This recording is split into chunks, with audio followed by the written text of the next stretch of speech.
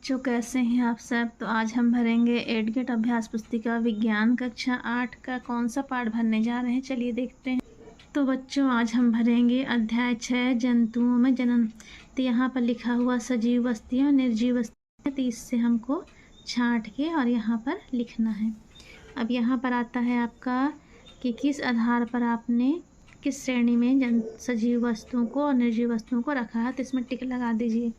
और यहाँ पर लिखना है आपको कि जो जंतु हैं उनके बच्चे या उनके बच्चों को क्या कहा जाता है, तो इसे आप लिख लीजिए। तो चलिए आपका प्रश्न यहाँ से शुरू होता है। क्वेश्चन नंबर 1 से नीचे दिए गए शब्दों का चयन कर रिक्त स्थानों की पूर्ति कीजिए।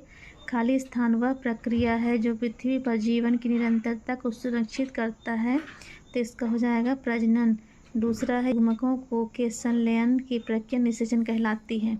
तीसरा है इस प्रक्रिया का जनन जिसमें नर तथा मादा युग्मक का संलयन होता है लैंगिक जनन कहलाता है। वे जंतु जो सीधे ही शिशु को जन्म देते हैं जरायु जंतु कहलाते हैं।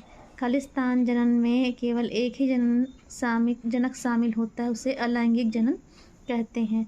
प्रश्न दूसरा है सही विकल्प के आगे सही का निशान लगाइए, तो इसका हो जाएगा सी नंबर। मादा के शरीर में परख नली शिशु का विकास कहाँ होता है? मादा के शरीर में। दूसरा चित्र में दर्शाए जंतु के जीवन चक्र के विभिन्न अवस्थाओं में ए, बी, सी व डी क्रमशः है, तो इसका हो जाएगा बी नंबर। अंडे, आरंभी टेडपोल और बाद का टेडपोल और वयस्क। तीसरा है एक किसान अदरक की खेती करना चाहता है, यह परिवर्धन की कौन सी विधि का प्रयोग करता है, तो इसका हो जाएगा बी नंबर कायिक प्रवर्धन।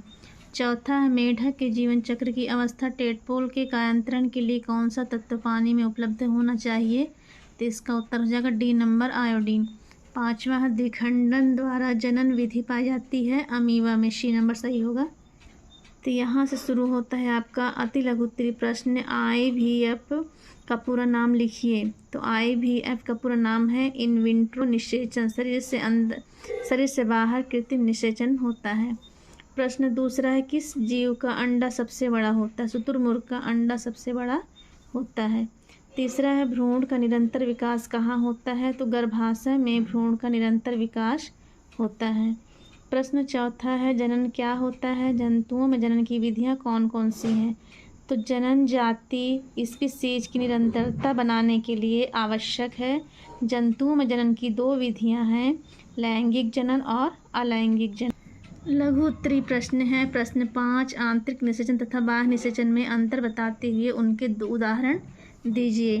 तो आंतरिक निषेचन वह निषेचन जो मादा के शरीर के अंदर होता है आंतरिक निषेचन कहते हैं।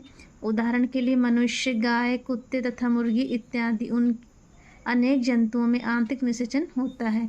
बाह्य निषेचन वह निषेचन जिसमें नर एवं मादा युग्मक का संलयन मादा के शरीर के बाहर होता है, बाह्य निषेचन कहलाता है। उदाहरण के लिए मछली, स्टारफिश जलीय प्राणियों में होता है। प्रश्न 6 है मानव शुक्राणु तथा मानव अंडाणु का नामांकित चित्र बनाइए। तो आपको यहाँ पर चित्र बनाना है, मैंने चिपका दिया है, ये आपकी बुक में मिल जाएगा। तो आपको यहाँ चित्र बनाना है पेंसिल से। प्रश्न 7 है मछली तथा मेढक एक साथ सैकड़ों अंडे देते हैं जबकि मुर्गी एक समय में एक ही अंडा देती है, तो इसका उत्तर होगा मुर्गी में आंतरिक निषेचन होता है, इस कारण वह एक समय में एक ही अंडा दे पाती है, जबकि मछली व मेढक एक साथ सैकड़ों अंडे देते हैं तथा शुक्राणु निमोचित करते हैं। प्रश्न 8 है लैंगिक जनन तथा अलैंगिक जनन में क्या अंतर होता है? उदाहरण दीजिए।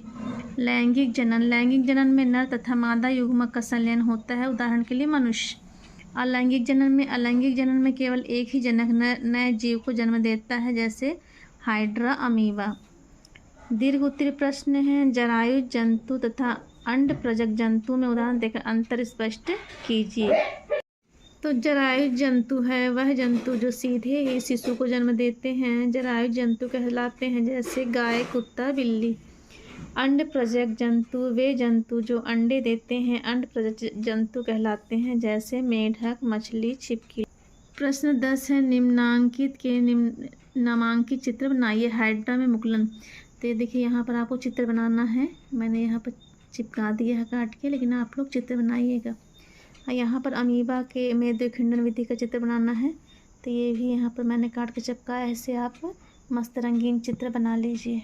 तो यहाँ से शुरू होता है आपका प्रोजेक्ट 1। आपने आसपास के कम से कम 10 जंतुओं का अवलोकन करिए तथा उनको जरायुज एवं अंडप्रजक जंतुओं में वर्गीकृत कर सारणी में भरिए।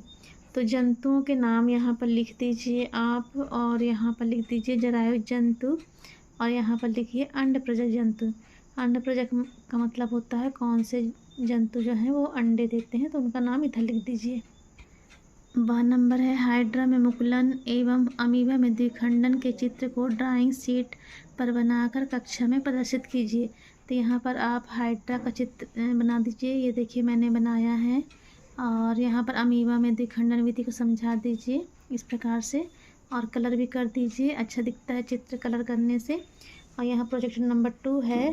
तो एक गुलाब की कलम को गुलाब के पौधे में से पर्वसंधि से काटकर एक अन्य गमले में मिट्टी में दबाकर लगाइए। उसकी प्रतिदिन देखभाल करते हुए अपने अवलोकन के आधार पर निम्न तालिका को पूर्ण कीजिए। तो यहाँ पर लिख दीजिए दिवसों की संख्या लिखी हुई है 5 दिवस, 15 दिवस, 30 दिवस, और लगाई गई कलम में आए परिवर्तन, जड़ एवं शाखा बनना, पत्तियाँ आना, फूल खिलना, मतलब 5 दिन में क्या परिवर्तन हुआ, 15 दिन में क्या परिवर्तन हुए और 30 दिनों में क्या परिवर्तन हुए। तो बच्चों यहाँ से आपका ये पाठ ख़त्म होता है। अब अगले पाठ के लिए आप अगले वीडियो में मेरे चैनल में जाके देखिए, और यदि आपको मेरी वीडियो अच्छी लगती है तो लाइक कीजिए, कमेंट कीजिए और सब्सक्राइब कीजिए, और बेल आइकन बटन को प्रेस कीजिए ताकि हर नए वीडियो का नोटिफिकेशन आपको मिलता रहे। तो चलिए मिलते हैं अगले अध्याय में, तब तक के लिए bye bye. Thank you for watching.